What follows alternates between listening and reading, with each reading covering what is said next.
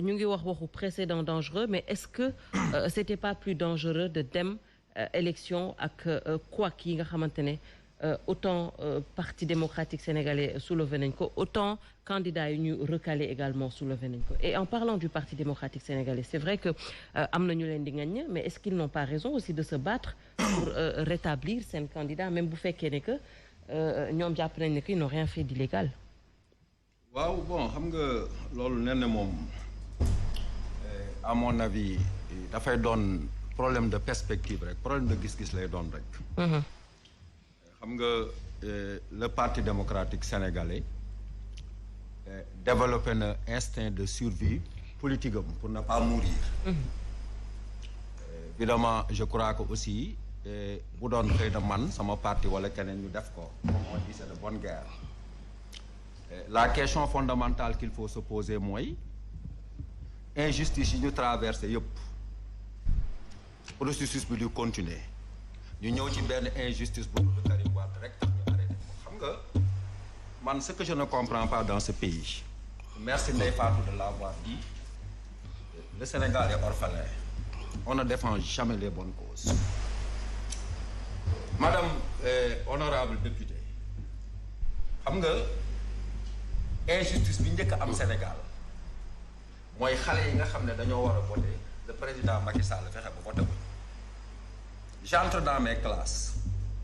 xale bu am 18 ans boo gis non inscrit sur les listes électorales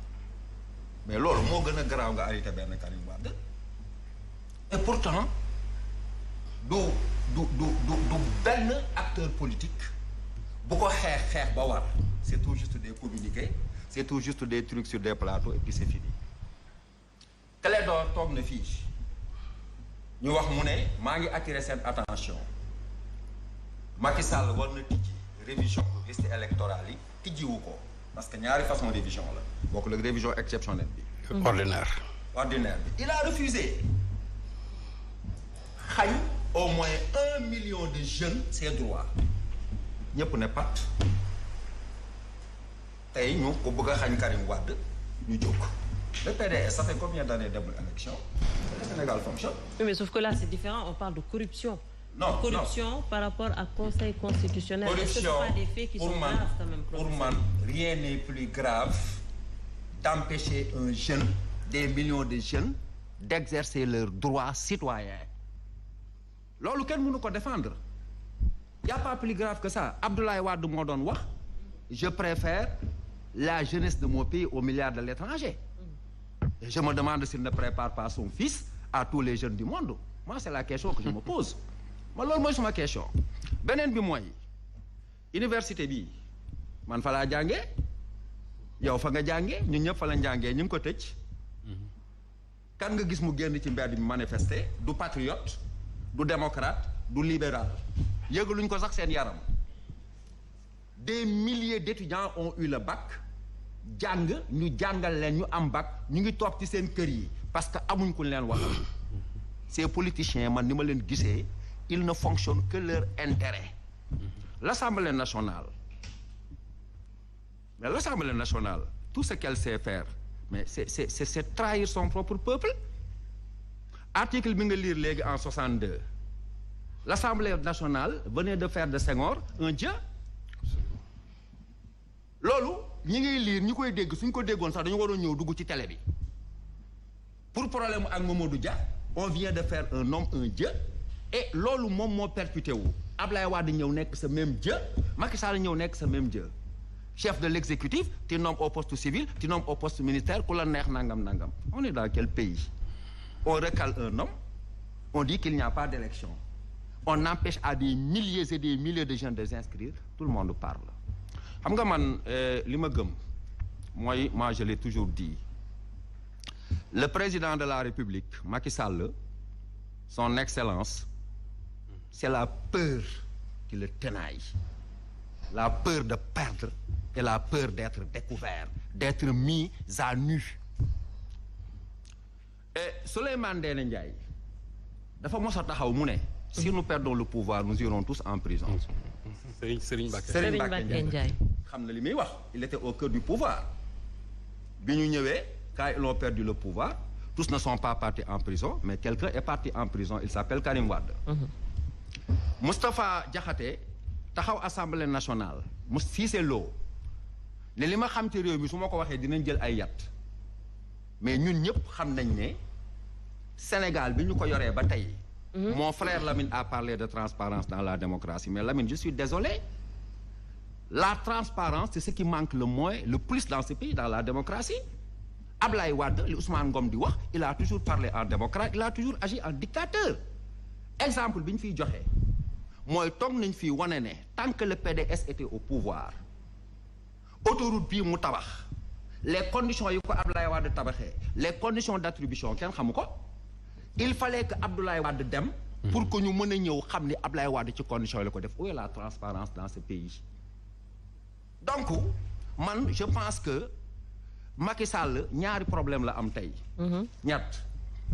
benn bi mooy nit ñi dañ koy bëgg a fàtte mais loolu la réalité il est en face de ce que Pa Alakan appelle le courbe Sonko parce que Sonko qu'il soit là ou qu'il soit pas et je répète toujours que man bokkuma ci parti Sonko mais man ce qui m'intéresse c'est la vérité. bu fekkoon Lamine Ba aussi dama koy défendre bu fekkoon honorable député dama ko doon wax bu doon Serigne Saliou it dama koy wax parce que man formation boobu laa am la vérité les hommes leur subjectivité leur intérêt de classe ne m'intéresse pas mosuma militer ci benn parti je n'ai jamais cherché à être ministre ni à être député à être quoi que ce soit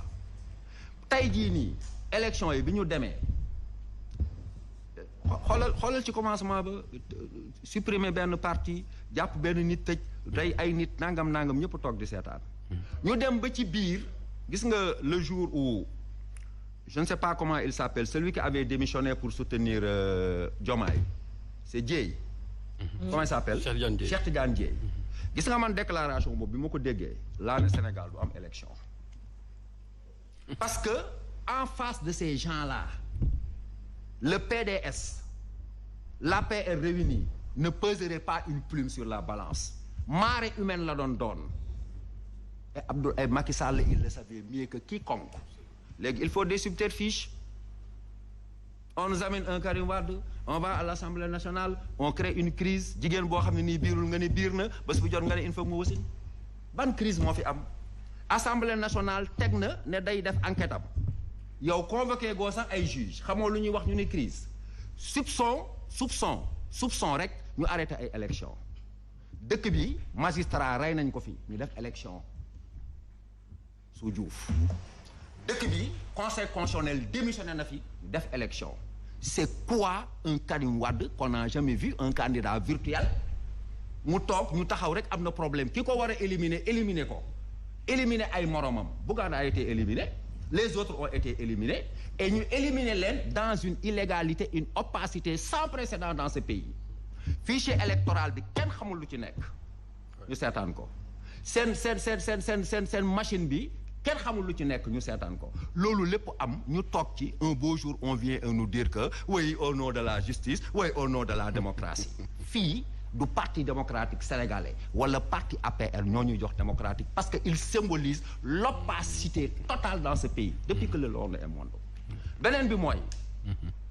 peur yi ma lay wax li si c'est loo wax man j'imagine si aujourd'hui on avait un président de la République anti-système mu tudd Bougane mu tudd Diomaye mu tudd keneen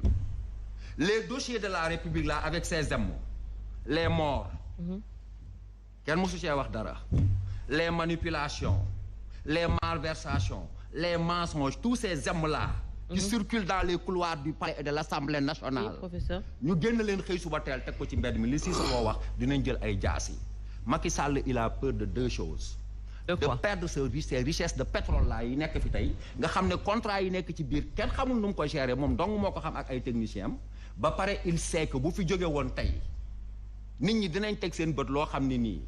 dëkk bi dinañ toog 1 an je ne parle pas de chasse aux sorcières mais tout simplement de justice gis nga nen